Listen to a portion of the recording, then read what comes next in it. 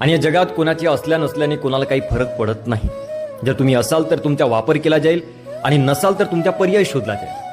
म्हणून कधीच कोणाच्या आयुष्यामध्ये पर्याय बनून जगू नका. स्वतःचे काही तत्व ठेवा आणि त्या तत्वांप्रमाणे जगा. ज्याला राहायचं असेल तो सोबत राहील आणि नसेल राहायचे तो निघून जाईल.